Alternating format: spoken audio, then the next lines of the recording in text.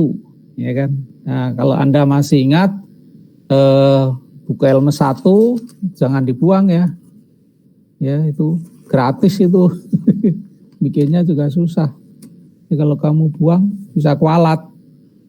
Karena di belakang ada foto saya itu. Ya, ya enggak. Jadi jangan ini ya.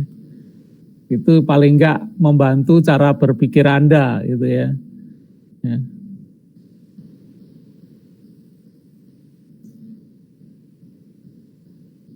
Membantu cara berpikir Anda gitu ya.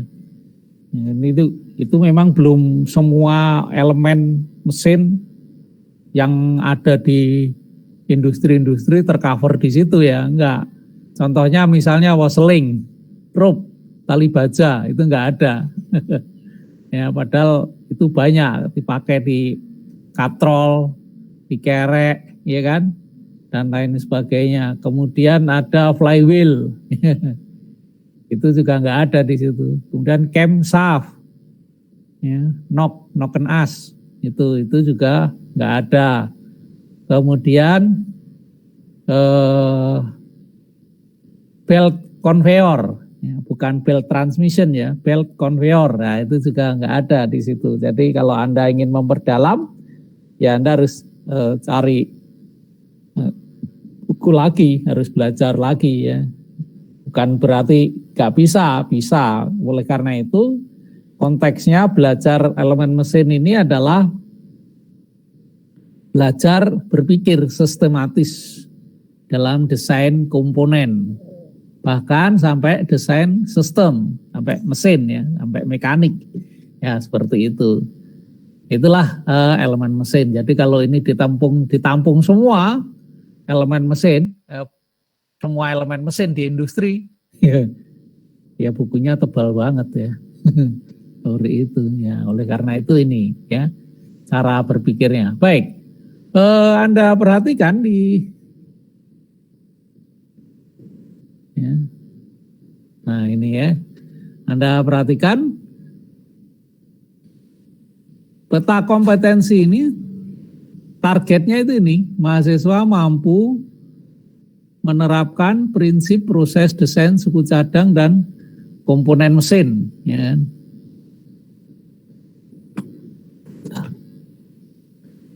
Proses desain suku cadang dan komponen mesin. Anda perhatikan di situ. Ini sama dengan elemen mesin 1.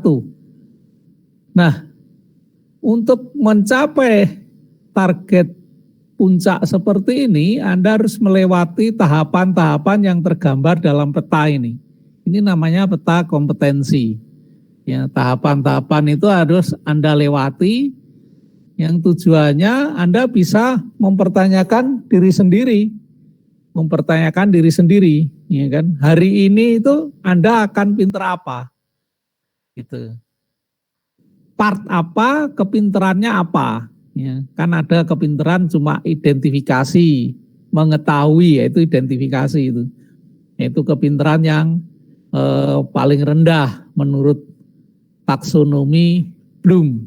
Ya kan, kalau Anda paham konsep bagaimana pendidikan dan bagaimana belajar, taksonomi Bloom itu ya. Jadi yang paling rendah itu mengetahui, identifikasi, itu anak-anak itu. Ya, anak-anak kecil itu kan suka kalau jalan itu kan ketemu ini apa, baru ini apa, itu identifikasi. Dan itu memang proses berpikir dan berinteraksi dengan benda-benda di lingkungannya, lingkungan terdekat dia. Anak-anak kecil itu kalau batu dipegang-pegang, ini apa, ya. Tapi kan kalau nggak ada yang menjelaskan, nggak tahu kan dia. Makanya kadang-kadang terus dimut batu, digigit. Tahu keras, tapi belum tahu itu bahwa itu batu, ya kan? Seperti itu. Terus ada orang lain yang menjelaskan ini batu. Nah, seperti itu namanya identifikasi. Nah, kemampuan itu nggak ada di elemen mesin. Bukan nggak ada, udah lewat gitu. Anda udah pinter itu, udah nggak perlu dijelaskan lagi identifikasi itu. Ya, jadi Anda harus explore sendiri, ya kan? Oke, Untuk mencapai perjalanan di peta ini, Anda harus melewati ini dulu nih. Anda lihat nih, ya. Ya, itu. Jadi mata kuliah prasyarat. Anda harus ngerti dan lulus di mata kuliah ini, ya kan? Jadi kalau Anda, Pak, saya kemarin lulus, ya lulus. Kalau enggak kan Anda DO. Matematika misalnya, tapi saya belum ngerti, Pak, ya Anda harus belajar lagi. Maka lulus dan ngerti itu beda konteks. Lulus itu konteksnya legal, formal, administratif, sementara ngerti itu konteksnya ada di pikiran Anda. Ya kan? Maka pertanyaannya dari saya bukan lulus enggak kamu? Enggak, bukan itu. Ngerti enggak itu? Seperti itu. Bukan lulus enggak? Enggak, saya enggak pernah nanya gitu. Kalau lulus apa mesti ngerti? Belum tentu. Tapi kalau ngerti pasti lulus kan gitu loh ya. Jadi jangan dibalik. Nah, oleh karena itu ini Anda pahami ini. Pertama matematika, mudah ini. Waktu elemen mesin 1 sudah saya jelaskan juga ini. Anda harus berkompeten di sini. Nah, matematikanya setingkat apa? Ya nggak tinggi-tinggi amat, sesuai dengan kebutuhan perancangan. Ya kan? Kecuali Anda ilmuwan matematika, lain lagi. Mungkin sampai diferensial, integral, tingkat 3 dan seterusnya. Kita enggak usah sampai sana. Ya buat apa gitu ya. Kecuali Anda ilmuwan matematika, lain lagi. Itu risetnya ya riset matematika gitu ya. Kemudian mekanika teknik. Nah ini Anda juga sudah harus pinter ini. Mekanika teknik 1, mekanika teknik 2. Ya ini Anda kemarin ya. Yang ngajar kalau nggak salah Pak Soleh itu. Nah, kemudian gambar teknik, gambar mesin. Ya. Jadi ketika Anda merancang satu part atau suku cadang elemen mesin, Anda harus tahu bentuknya, geometriknya, dimensinya, harus bisa berimajinasi. Meskipun di elemen mesin nanti Anda nggak harus gambar, tetapi imajinasi Anda harus bisa membayangkan kalau poros itu diameternya 200 mili, ya, berarti kan 20 cm. Oh, gedenya seberapa gitu ya, poros segitu, terus piringnya seberapa ya, pulinya seberapa ya, nah, kan gitu. Seperti itu, motor penggeraknya seberapa ya, gitu. Imajinasi itulah, ya kan? Tuh.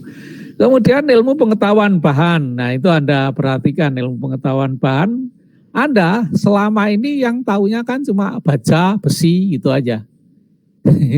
Enggak, di elemen mesin Anda harus banyak membaca katalog-katalog yang di luar tradisi Anda. Misalnya apa? Ya karet, kaki-kaki mobil itu kan karet. Nah, karet itu apa? Kan pasti bukan baja, bukan besi, dan seterusnya. Itu pengetahuan bahan, ya kan. Terus ilmu kekuatan bahan, nah itu Anda sudah ada di Mektek 2, pelajaran Mektek 2, kekuatan bahan itu. Tarik, ya, keras, geser, puntir, kayak gitu itu Anda udah pinter itu. Kemudian fisika mekanika, itu gesekan, panas. Nah itu ya, itu ilmu-ilmu pendukung dalam mendesain komponen atau suku cadang mesin. Kemudian berikutnya, nah itu yang paling penting itu elemen mesin 1. Apa Pak yang diperlukan? Nah Anda perhatikan nanti kita akan ketemu namanya bearing, ya kan? Ketemu yang namanya rem, ya kan? Nah kalau Anda nggak tahu poros, bearing ditaruh di mana? Kan bearing nggak ngeletak sendirian, ya kan? Bearing yang geletak sendirian yaitu bukan bearing.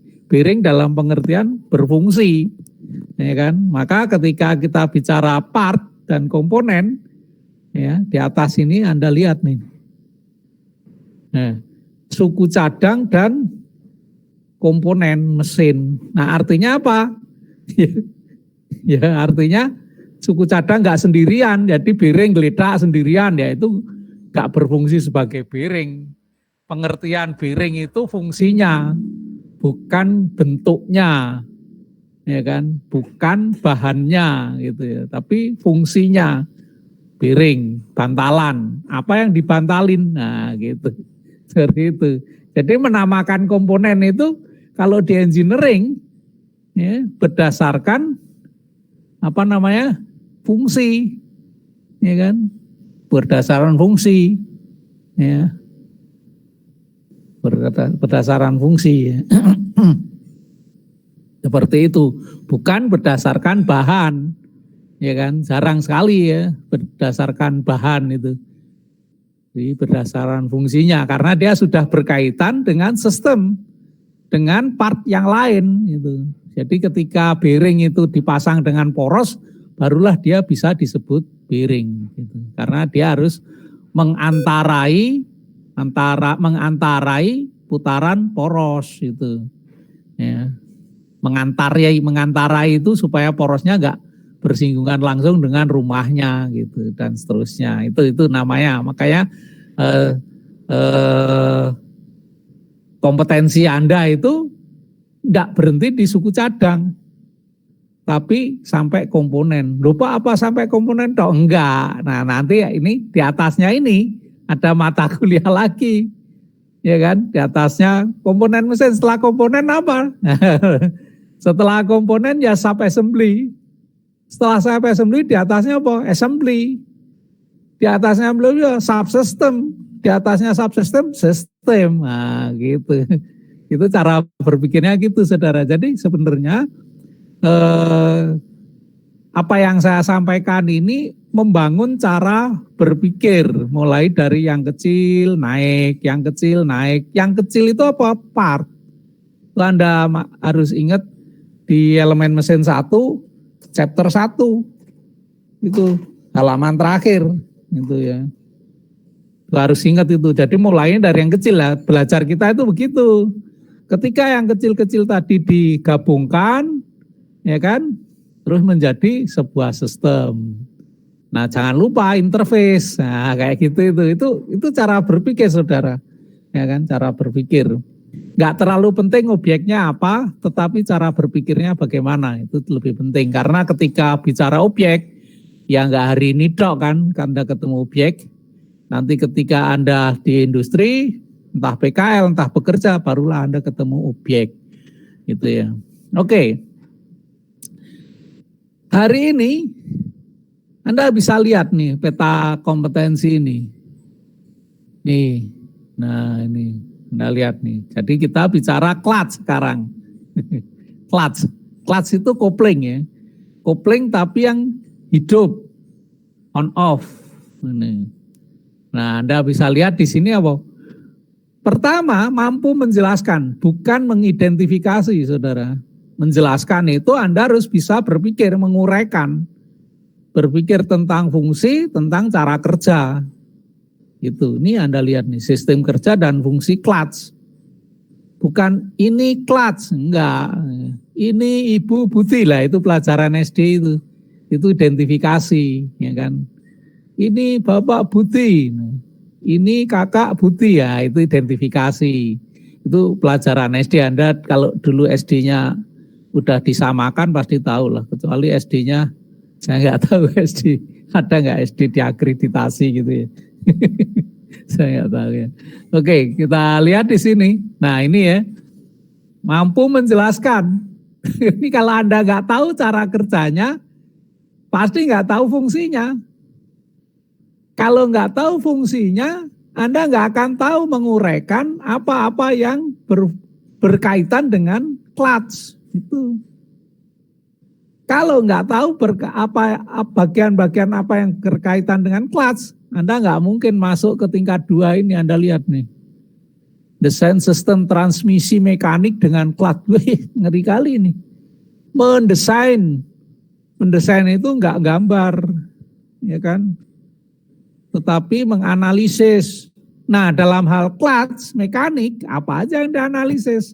Power, ya kan, torsi, kecepatan, nah kayak gitu. Terus kekuatan dan seterusnya. Seperti itu. Nah, barulah Anda bisa membayangkan terus dimensi. Terus gambar dan seterusnya. Kayak gitu itu saudara, itu cara berpikirnya begitu saudara ya. Jadi jangan takut dengan pelajaran ini, ya kan? Takut dengan pelajaran ini, wah dosennya galak itu. Galak tapi baik hati kan gitu ya. Ya kan waktu mau ujian dipandu juga Anda ya. Di STNK itu. Udah, itu di meja sana. Udah di Waibu kali. Ada trouble saudara.